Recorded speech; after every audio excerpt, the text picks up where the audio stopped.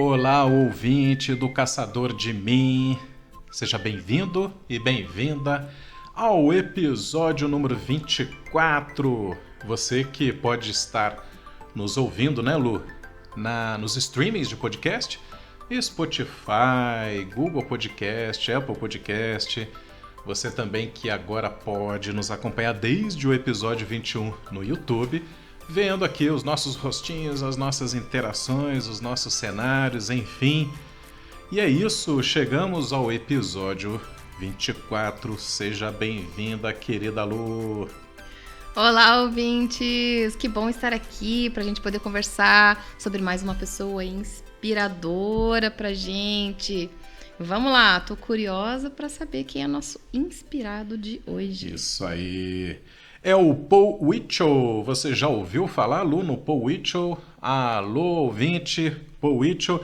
Mas peraí, deixa eu facilitar aqui uma coisinha para vocês. É seguinte, você já assistiu Ursinho Puff? Nossa, muito fã de Ursinho Puff. Outra dica, ouvinte. Vocês se lembram de um personagem da Corrida Maluca chamado Dick Vigarista?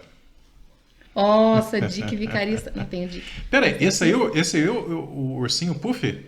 Ursinho Puff. Ah, tá. Inclusive na versão americana era... Como é que se pronuncia? Pooh. Tá certo. Pooh Bear. Muito bem. Olha, última dica, e o ouvinte tá querendo meio que adivinhar a nossa idade. Porque tá falando, olha, o ouvinte novo, né? Mas, e os Smurfs tinham um personagem chamado Gargamel? Do mal, hein, Gargamel. Gente, então... E você vai falar, caramba, né? Mas onde é que o André tá querendo chegar com isso? Bom, não exatamente o Ursinho Puff, mas quem nesse desenho? O Tigrão, a voz do Tigrão, a voz do Dick Vigarista lá em A Corrida Maluca e a voz do Gargamel nos Smurfs era a voz exatamente do Paul Winchell. Então, eu até recomendo, tá, Lu, que o pessoal corra lá no YouTube, né? E digite ali Paul Winchell, voz, né? Enfim, porque daí você vai relembrar aí bons momentos. Em inglês, tá, pessoal? Em inglês, exatamente. É a versão muito A bem original, lembrada, né? a original, a versão dublada não em vou pegar português, dublada, não, tá? A gente tá falando É aqui original. de um norte-americano. Enfim. Agora, o que nos traz o desejo de realizar essa biografia é que o dublador, comediante, ventríloco Paul Winchell foi o inventor do primeiro coração artificial mecânico. Uau! Uau! Nossa! Gente, então isso não é uma piada, ele era comediante, não é uma piada, é de verdade. E é nessa balada das estranhezas, das coisas esquisitas, mas que deram certo, que nós vamos biografar o Paul Winchell. Ele nasceu, viu, Lu, lá em 1922, faleceu em 2005. Estamos falando aí de um homem que atingiu os 82 anos, bem vividos, né? Sim. Inclusive, ele faleceu de causas naturais, tá? O Paul Winchell, ele é dos Estados Unidos, um norte-americano. Conforme a gente disse, ele deu voz ali a esses personagens. Também foi quem primeiro patenteou o coração artificial. Essa patente ela é registrada lá nos Estados Unidos, ouvinte, em 1963. Mas ele fez grande sucesso antes disso, tá, Lu? Na década de 50 até a década de 60, exatamente como dublador de desenhos animados, ventríloco. E ele é homenageado em Hollywood com aquela estrela na calçada da fama. Olha só, aí. O homem não é pouca coisa, hein? Não é pouca coisa, não. Agora, vem cá, né, ouvinte? Um homem com formação médica, inventor do coração artificial, artista famoso da TV com esses desenhos animados todos que a gente conheceu, inclusive aqui no Brasil, né? Isso é ou não é curioso, né? Não merece? Mereceu ou não mereceu a biografia? Com certeza, gente, com certeza. Essas pessoas que abraçam, né, várias coisas me deixam muito intrigada e muito inspirada, porque, gente, é preciso muita energia, muita criatividade, é você ir muito além, né, da sua formação, às vezes, do seu dia a dia ali, para ter tanta ideia e abraçar tanta coisa. Eu acho fascinante. É muito fascinante. Pois é, o pai do Winchell, ele era alfaiate, os avós eram imigrantes judeus lá da Polônia, né? A gente está falando de uma época obscura aí da história, onde os judeus não tinham exatamente onde ficar, né? E vagavam aí em busca de um espaço físico, geográfico, etc. O Winchell, ele queria ser médico. Bom, tá explicado, né, Lu? Por que de repente ele, num dado momento da carreira artística, foi lá e inventou o coração. Eu tô falando como se fosse fácil. Não, peraí, no intervalo entre um show ou outro na TV, eu vou inventar entre o Tigrão coração e o Gargamel, ele inventou o coração. Não foi bem assim, tá, ouvinte? Mas é um prenúncio isso, né? Olha, eu quero ser médico, enfim. Mas, veja bem, a gente está falando aí da década de 20, 1920 e tal, onde ocorreu a Grande Depressão econômica, global, enfim, né? E realmente foi impeditivo que naquele momento, pelo menos naquele momento, ele não seguisse para a faculdade de medicina. Seria bastante difícil pagar as mensalidades. Vamos retornar um pouquinho. O Winchell, ele tinha 13 anos quando ele sofreu poliomielite. E é outro traço importante dos nossos biografados e biografadas. Os reveses. E aí, o que a pessoa faz diante disso, né, Lu? O que aquela pessoa faz? A superação aí, A né? superação. Pois, A superação. bem nesse período, tá, ouvinte? Com poliomielite acamado lá, ele pegou uma revista, começou a ler e viu que tinha um curso de ventriloquismo, possível de se adquirir através de um kit. Então você compra um kit e você aprende a arte do ventriloquismo, né? Através de um anúncio. Então ele faz a encomenda, ele paga aí 10 centavos de dólares e recebe, né? E durante esse período acamado, né, com poliomielite, ele pratica essa arte que é muito interessante. Aliás, deixa eu te perguntar, você gosta? Você ouvinte também, pode ir respondendo aí junto com a gente. O que você acha da arte do ventriloquismo? Eu acho super curioso, né? Lógico, a gente não pegou o auge, né, dessa moda, digamos assim, do ventríloco. A gente não teve, eu nunca vi ao vivo, né, nenhuma apresentação, nenhum show, porque acho que na nossa época já tinha passado, né, essa moda, não sei, essas apresentações. E também não sei se pegou forte aqui no Brasil ou se foi mais lá nos Estados Unidos. A gente, alguns programas americanos a gente até vê, mas aqui a gente não teve muito contato. Verdade. Mas eu acho que você tem que ter um talento enorme para fazer aquele bonequinho ali falar ali do seu lado, né? Eu acho que é uma dedicação ali, um estudo incrível. Eu acho bem legal. E a pessoa tem que ter muita criatividade, né? Porque a gente até tem fantoches aqui, né? Que a gente utiliza, que a gente vê, eu acho super legal. Teatro de marionetes, teatro de bonecos, adoro. Mas o ventriloquismo realmente a gente aqui não teve muito forte, não, né? Sim, verdade. Não fez muito parte da nossa cultura, né, artística. Exatamente. Como espectadores, a gente viu pouca coisa. Eu posso só fazer mais um parênteses? E outra coisa, deixa eu dar o crédito para você. Que bom que finalmente a Lu disse o que era o que é o ventríloco, né? Porque a gente ficou falando aqui, pode ser que os mais jovens nem, em função, né, de ser pouco comercializado aqui ou de ser pouco consumido, a arte em que você tem um boneco, um personagem, enfim, e você faz esse personagem interagir com voz, a voz é sua, mas só que você não mexe a boca, ou praticamente é imperceptível mexer a boca, né? Seria mais ou menos assim? Deixa eu dar uma de ventríloco aqui, né? Então, esse aqui é o Tigrão. É o Tigrão. Que é exatamente um personagem que o Winchell fez, né? Dublou. Ele dublou. Ele dublou, não foi ventríloco. Mas digamos que aqui eu tô mexendo com a boca do boneco, né? E tô dizendo assim: olá, Luciane, como você está? Foi horrível isso, né? Mas serviu como efeito didático. Valeu a tentativa, Vamos incentivar, gente. né? Vamos incentivar.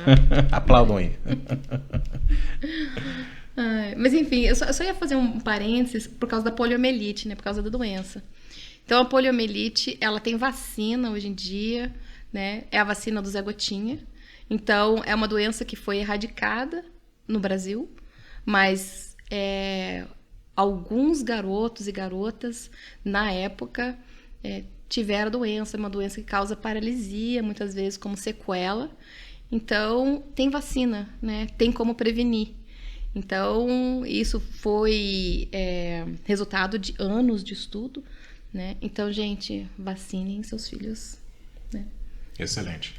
Eu adoro os nossos podcasts porque de repente a gente está falando de uma coisa triste, a gente pula para uma coisa alegre, de repente a gente está falando de uma coisa alegre e pula, não necessariamente para uma coisa triste, mas para um alerta Sério? extremamente importante. Então tá aí, né? A polio continua, persiste e a gente tem que tomar cuidado com os propósitos da vacinação. Adotarmos aí a vacinação. Muito bem lembrado, Lu. Parabéns, que bom. Muito bem. Então, ele decidiu aprender ventriloquismo. Eu até digo que eu acho, né, que o Winchell, ele não imaginava, Lu, que aqueles 10 centes de dólares seria um investimento de uma carreira extremamente vitoriosa do ponto de vista do sucesso financeiro e etc e tal, né? Bom, já recuperado da doença, o Winchell, ele cria um boneco de ventríloco, né, bastante customizado, do jeito que ele queria, e ele começa a fazer apresentações caseiras na escola, os professores gostam daquilo, os colegas acham incrível, né? E é interessante que, poxa, ele está ali ainda na adolescência, né? Ele tem que fazer um certo esforço para realmente construir a sua competência artística. Daquelas mesmas revistas que ele soube do ventríloco, ele começa a colecionar trechos de piadas, faz junção de uma piada com a outra e monta um show. Aliás, os shows, né, que seriam que constituiriam a grande carreira televisiva do Winchell, gente. E aí, então, num determinado momento, quando ele tinha ali os seus 14 aninhos, fazendo um desses shows, um olheiro lá, né, do mundo do show business. Show business, show business. Fala, que garoto talentoso, chama ele e diz, olha, eu vou te contratar. Pronto. Aos 14 anos, o Paul Winchell tem o início da sua carreira profissional como artista de entretenimento. Isso realmente é incrível. Talento e criatividade, né? Talento e criatividade, que surgiu na cama de um hospital. De uma pessoa que não ficou ali se lamentando, reclamando, mas, né, usou a doença para... Não, vamos em busca de uma coisa, uma pessoa inquieta, né? Inquieta. Exatamente. No bom sentido, inquieta no bom sentido, inclusive.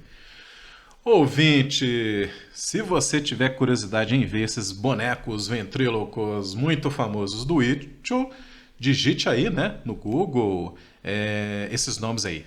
Jerry Mahoney e o Knuckle Red Smith.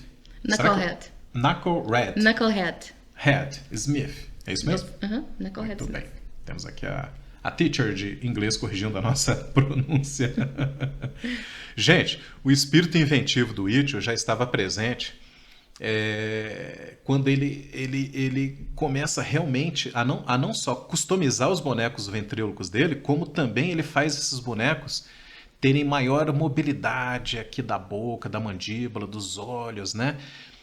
Foi ele que inovou um mecanismo em que um dos braços dele, né, é o braço do próprio boneco. Então, assim, os bonecos, os dois, assim, sentados no colo dele, conversavam com muita destreza, né? É impressionante você ver os vídeos e você fala, gente, não, eles têm vida, né? Esses bonecos têm vida. Muito bem. Os shows televisivos do Winchell fizeram muito sucesso, gente, nas grandes redes, né, de televisão norte-americana, a NBC, ABC, entre muitas outras. Aliás, viu, Lu, tem uma encrenca aí. Olha só. Uma encrenca. Olha só. Eu me lembro que no episódio anterior você disse, olha, quem faz muito sucesso, quem se movimenta muito, acaba comprando encrenca, inimizade, Incomoda, né? sempre incomoda alguém. Aliás, chegou a hora de você fazer o merchandise do teu episódio anterior, que é o episódio 22, né? 23. Manda lá. 23. Episódio 23, Berta Lutz, gente. Olhem lá. Essa pesquisadora, cientista, ativista, advogada, educadora. Ufa, essa mulher foi muita coisa também. Isso. Cheia de talentos. Ouçam lá a história inspiradora de Berta Lutz. Fantástico, gente. Então aqui também teve encrenca, tá?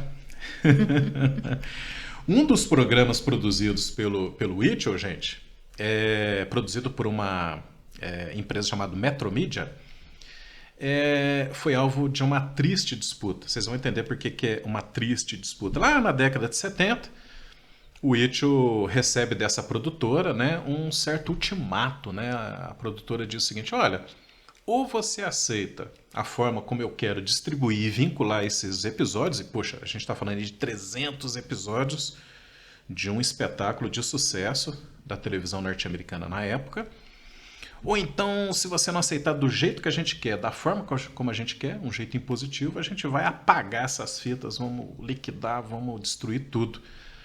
Uma situação muito ofensiva para o artista, né? Nossa, imagine que coação, né? Ameaça, gente. Ameaça. Que isso? Absurdo.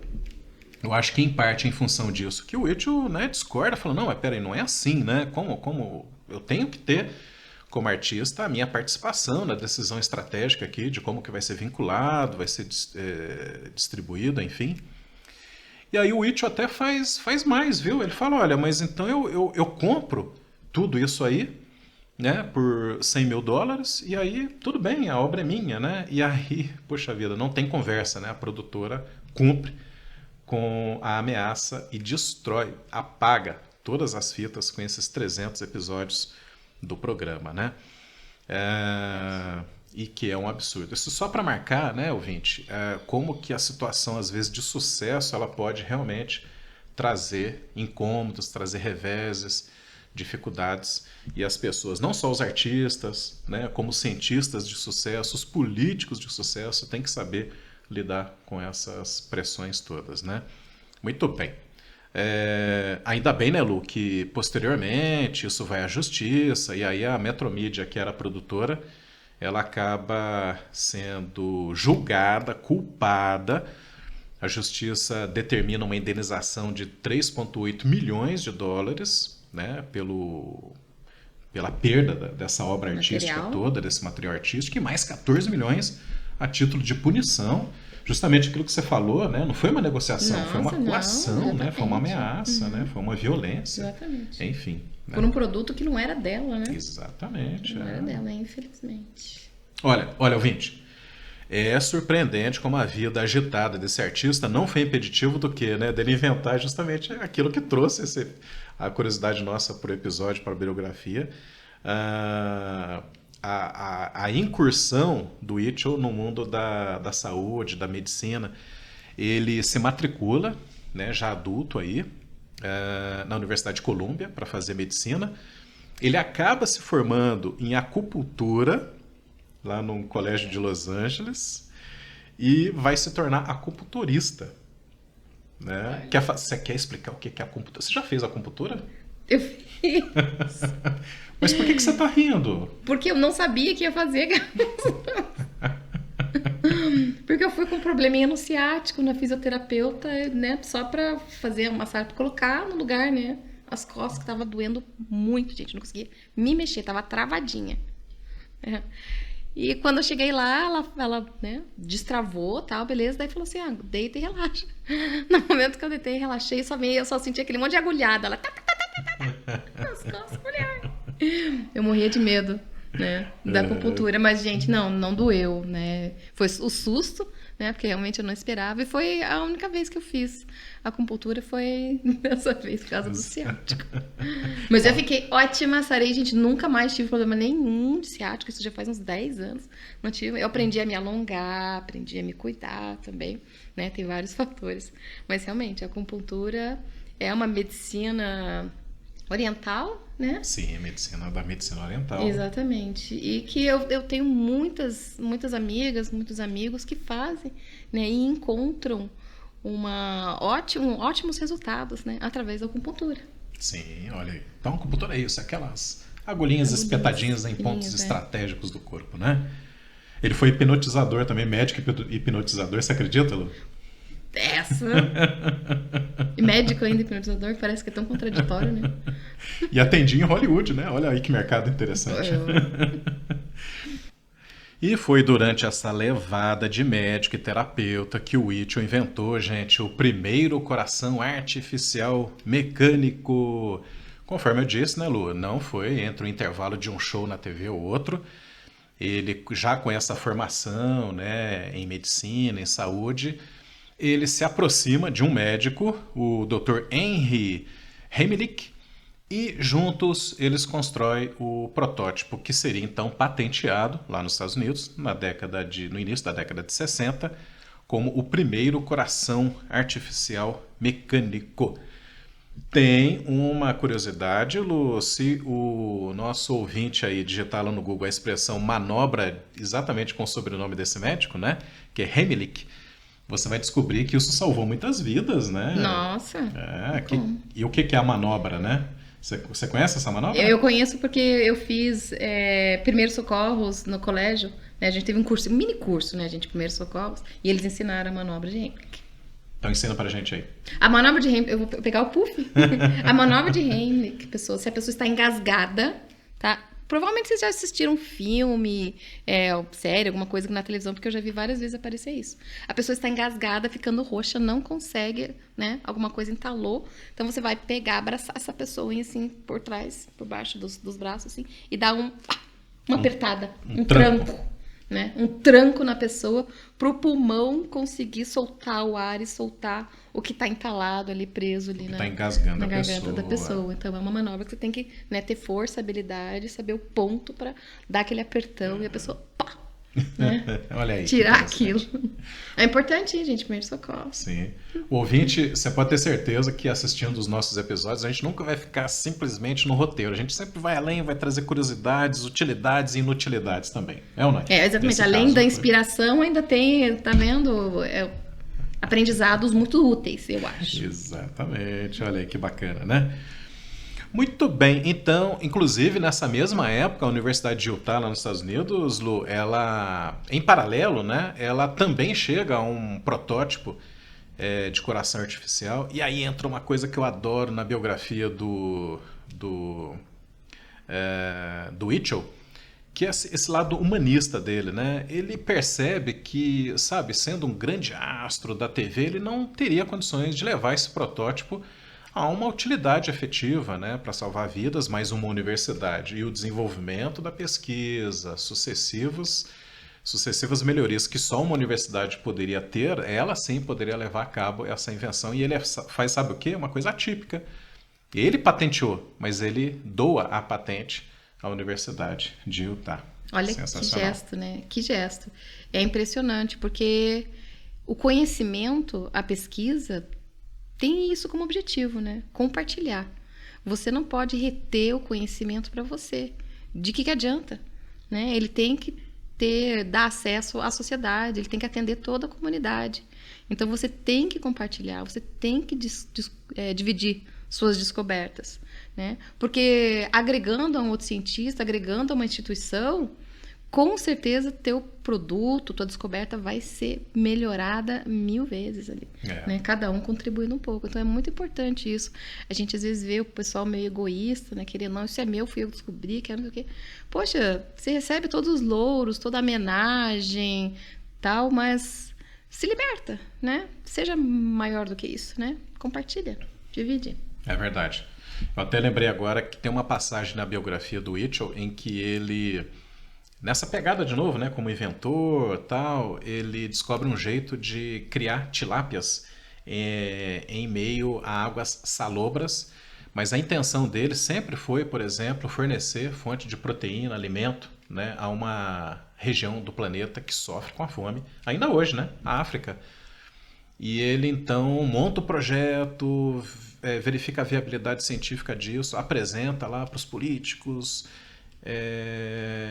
para os empresários. Infelizmente, ele não é compreendido.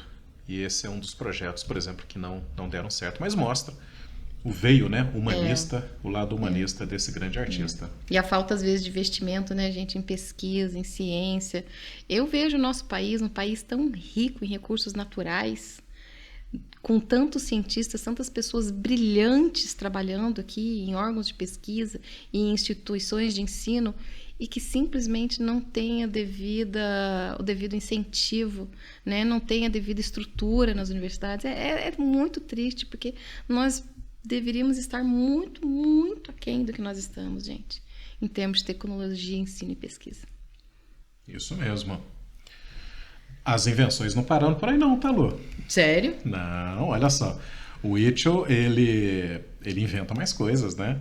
Esse homem não para, hein? Ele não para. Por exemplo, a navalha descartável, aí, ouvinte, navalha descartável, nos dias de hoje, isso se chama barbeador descartável. Pois é, o barbeador descartável é do mesmo inventor que inventou, né, o coração mecânico. Nossa. Um descongelador de plasma sanguíneo, o isqueiro sem chamas, a cinta liga sem linhas externas visíveis, a caneta tinteiro que retraía aquela ponta, né, para exatamente não danificar, luvas aquecidas por bateria, gente, entre outras coisas. É um inventor realmente bastante eclético. Nossa, e em várias áreas, né? Você vê que ele passa pela área da saúde, área de bem-estar, área de conforto. Nossa, ele passa por várias áreas. Cara, criativo. Aí, muito criativo, né? E o Whittle teve 3 filhos. Um deles, inclusive, a April, né? É uma comediante, gente, atualmente. Comediante e dubladora, né? Olha aí como é que os filhos às vezes seguem, né? Vezes o legado dos pais. A frutinha cai perto. Gente, chegando ao fim do nosso podcast, que foi muito divertido fazer, né? Eu digo que o Whittle teve aí uma vida incrível, né? De um ótimo retorno sobre aquele investimento dos 10 centavos, né? Lembra? Nossa. Mas também teve aí as suas dificuldades.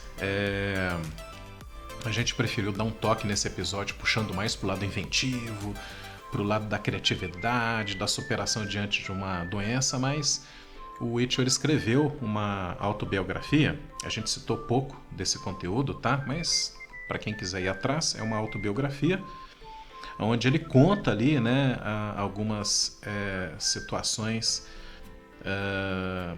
que demonstram, por exemplo, abuso, né, quando ele era criança, ter sofrido aí com depressão, etc, né? Tudo faz parte, mas tudo é possível de superação se a gente contar com a gente mesmo e com aqueles que estão ao nosso lado, né, Lu? Às vezes não é fácil, né, a superação. Às vezes a gente tem que sair, né, muito da nossa zona de conforto, ter uma inspiração, uma força gigantesca, né? Então, procurem quem está próximo. Sempre tem alguém perto de você, né? Ou família, colégio, amigos, para às vezes dar uma mãozinha, né? Para você sair. E você vê que essa pessoa incrível, né? Que o André acabou de apresentar pra gente aqui, ele podia ter parado ali, gente, com os bonecos dele, com os filhos. Ele ganhou milhões ali. Ele já podia se dar por satisfeito, né? Mas não, ele continuou indo além, né? Ele foi buscar mais formação, ele foi entrar na área da saúde, para você ver a necessidade dele de ajudar a sociedade, de ajudar a qualidade de vida das pessoas. Então, é uma pessoa incrível, né? Uma pessoa extremamente altruísta, né? Pensando no próximo e sempre na melhoria da qualidade de vida dos outros. Fantástica essa história. Exato. Né? Por isso que ele foi selecionado por nós, né? Para figurar aqui no hall dos nossos biografados, esse incrível homem capaz de circular tranquilamente entre medicina, arte, cultura, inventos, o Super Paul Whittle. Gente, até a próxima, hein? Tchau! Beijos, tchau!